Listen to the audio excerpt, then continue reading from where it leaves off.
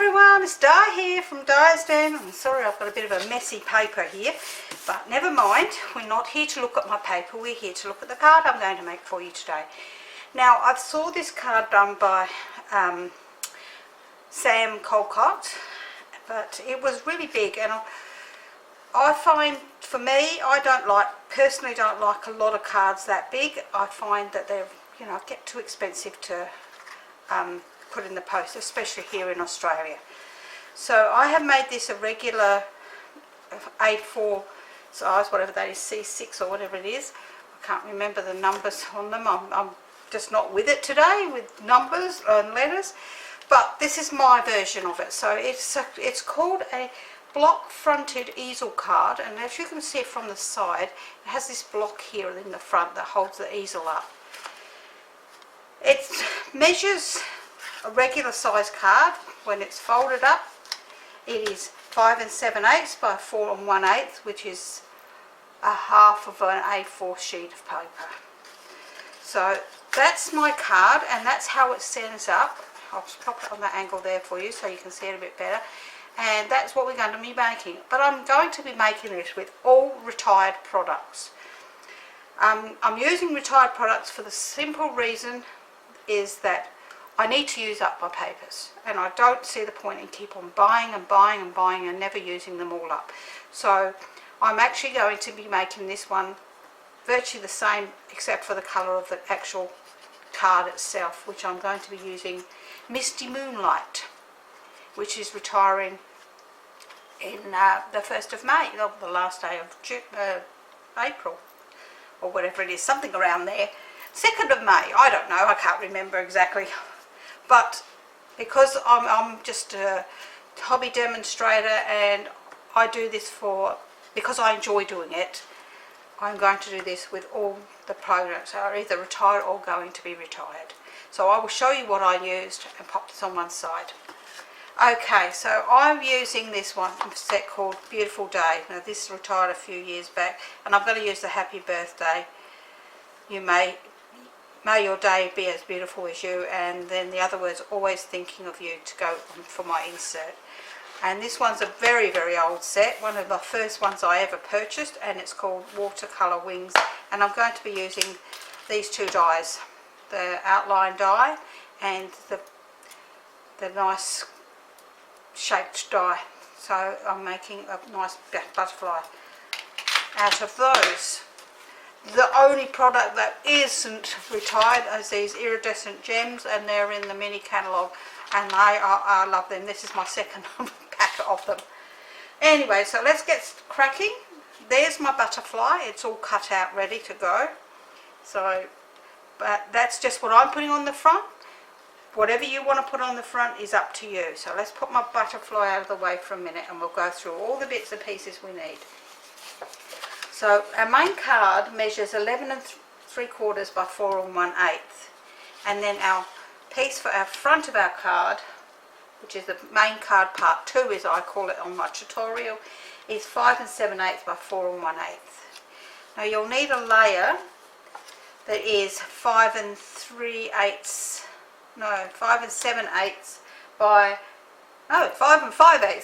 by 3 7/8, and a designer series paint layer that measures 5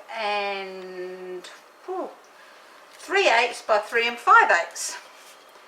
You will need, then we'll go through this layer first. You'll need two of these, and they measure 3 7/8 by 3/4 inch. And then you will need one of this one, which measures 3 7/8 by 1 3/4, and then you will need two of these that measure 3 7/8 by 2 1/4.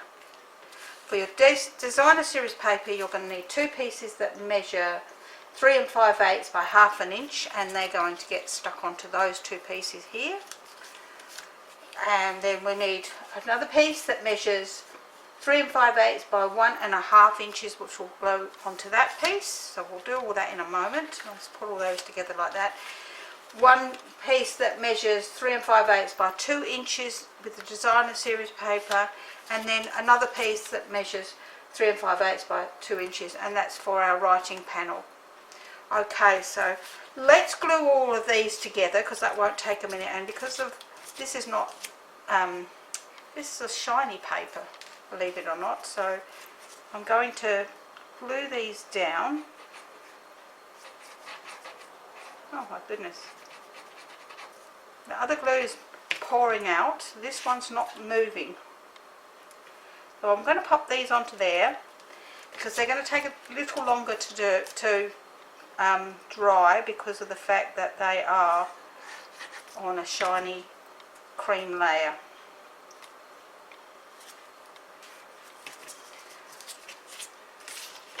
And once they're done, that's the longest part. Yay, says everyone.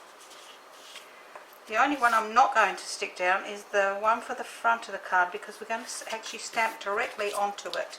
So we won't stick that one down until we've done our stamping.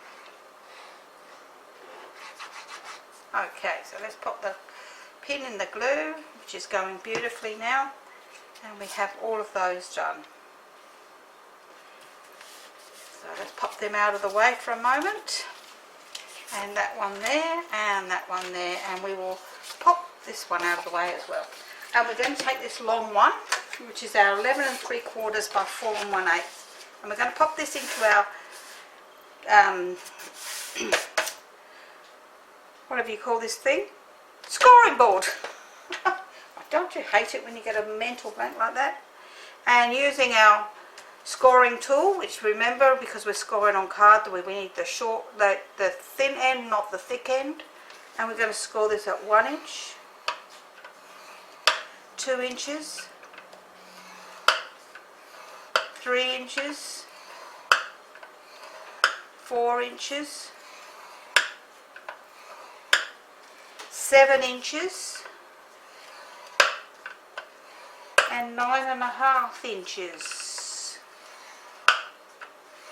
So let's go through that again. 1, 2, 3, 4, 7, and 9.5. So now we're going to actually fold and burnish all of these score lines.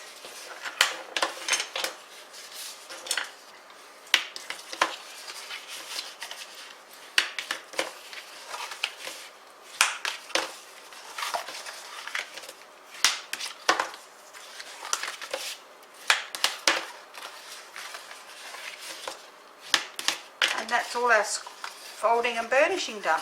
So what we're going to do next is we're going to bring that around and make that into a box section. So I'm going to lay this flat, and I'm going to put some glue along this edge here, which is the first 1 inch edge. So we're going to pop some glue on there, and we're going to then push that down and bring that over, making sure that it's nice and even on both sides here. And then we have our box section like so. With this piece here, we're going to make sure that this one here and this one here are really, really nicely tight, because we're going to then open this up and we're going to pop this piece of card, which is the main card part 2, and we're going to glue it onto here like so. So we're going on this last section, which is the last big section, which is the opposite end of the card to the first one. We're going to put our glue, and then we're going to glue our panel that measures 4 1/8 by 5 7/8 on, so that it's even on both sides and along the bottom.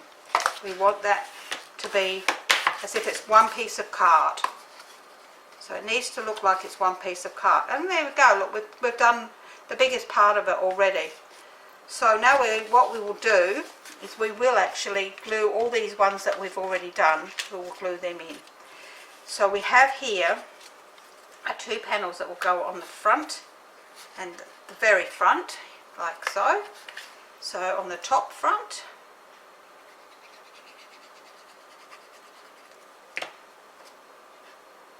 now remembering, if you've got a directional pattern, you put the direction the right way. In my case, I have got a directional pattern, but the pieces that are cut don't actually show a direction very well, so it doesn't matter. And then that one goes on that panel there. So there are two panels that are right on the very bottom when that's folded down flat of the ones. So the top and the very front. Now you have two more panels here. One is the one that is 1.5 inches and the other one is the one that is 2 1/4 inch.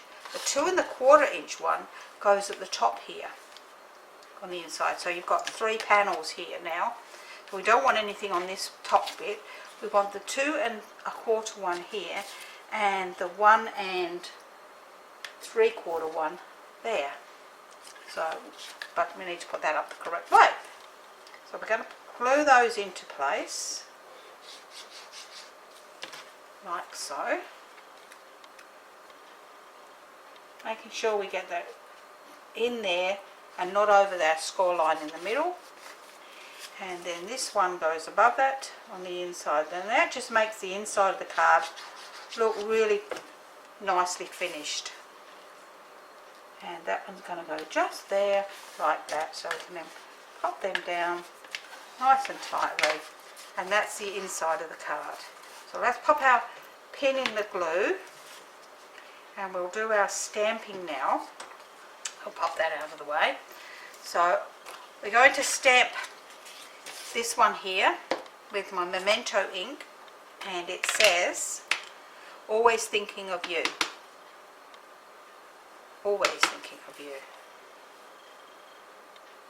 Let's stand that up nice and straight, because I'm not very straight today.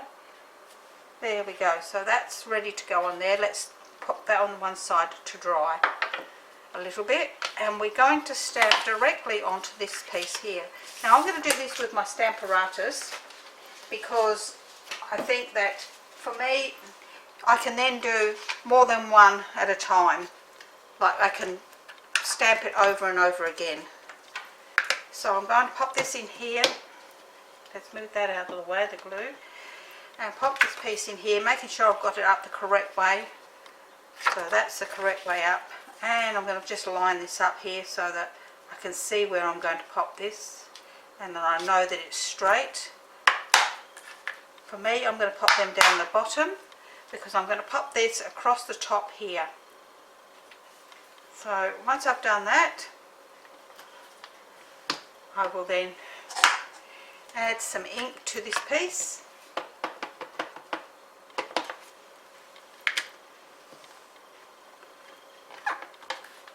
And that's beautiful, but it needs to be darker.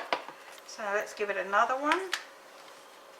And this is where the Stamparatus really comes into its own, I think, because it's so good when you want to stamp something a lot darker than just one stamp. There we go, that looks absolutely gorgeous. So let's put the lid on that. We'll pull this off of here and pop that up the top there so I can give that a clean in a moment.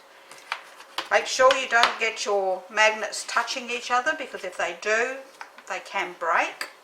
So we'll pop that out of the way for now, and we can then glue these two pieces down. So let's bring in the glue again.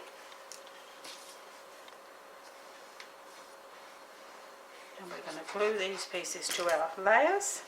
Oops, upside down. But at the present time that's not a problem.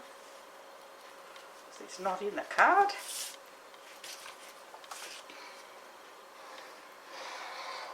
Now this, to me, makes an actually a very, very easy card. A very quick card too. It's how you decorate it that could take the time, really. Okay, so that's on there like so. Let's push that down nice and tight. And we will then pop our pin in our glue again.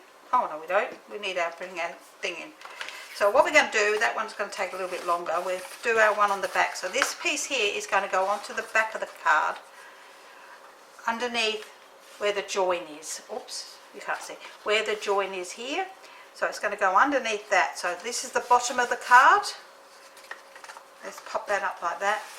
Let's turn it around, you can see that that is how it's going to sit. So we're going to pop that on there, and by popping that on there rather than on the inside, it is actually easier for you to write on it. But if you know who you're going to give it to, you could always write on it before you glue it to the back of the card. So we pop that onto the back of the card like so, and I can lay that flat and give that a nice squish.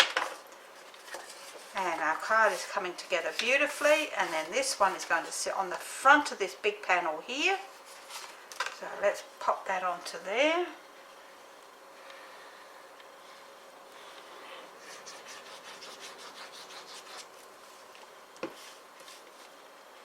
And once again, making sure you've got it up the correct way, especially if you've, like me, you've stamped that, you need to make sure that it's nice and neat and up the right way. And once again, we can lay that down flat, and we can squish that down to get the glue sticking to every bit of it.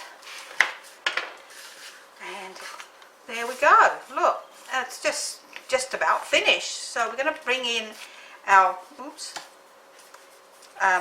butterfly, and what I'm going to do is I'm going to just push the wings up on the side of the body like so, and then I'm going to curl them over like this with my bone folder. I think they just look so good when they've been over a little bit. And I'm going to do exactly the same with the solid one, and then I'm going to curl them. This card doesn't curl quite as easy as the other card because it's actually quite thick, but we're not going to see it anyway. So we're going to pop a tiny bit of glue down the middle of the body here, and I'm going to put the lid in the glue now because I don't need it anymore, and pop my butterfly on here, right down the middle, making sure he's nice and squished hard to the middle of the card. And I'm going to pop some dimensions on the back. Oh, come here. I'm using the larger ones because you can't see them. He's really solid, so he won't be seen. So let's pull them off of there like so, and we'll pop him on the front of the card, and giving his wings that bit of dimension, they look fantastic. What do you reckon? So let's start by just putting some, I'll pop 3 of these medium sized ones of these on here, down his body. That's it, and that's our card done. What do you think? I think it's absolutely gorgeous. I absolutely love it. Now, when I saw Sam Colcott do hers, she did hers as a 7x5. For me, as I said before, it was just too big. I have made one in the 7x5, but I actually think the smaller one actually looks, I don't know, it just looks different. And I was happy with the way it turned out. So they're all my measurements for this card. So if you enjoyed this card today, please give me a thumbs up. Please leave me a comment. I do read them all, and I do answer your questions. And if you would like the written tutorial for this, head over to Diane's Den for stamping, crafting and tutorials. There you'll find the written tutorial, and that's on my Facebook group. And everything there is free, and I will see you again next week. Bye for now.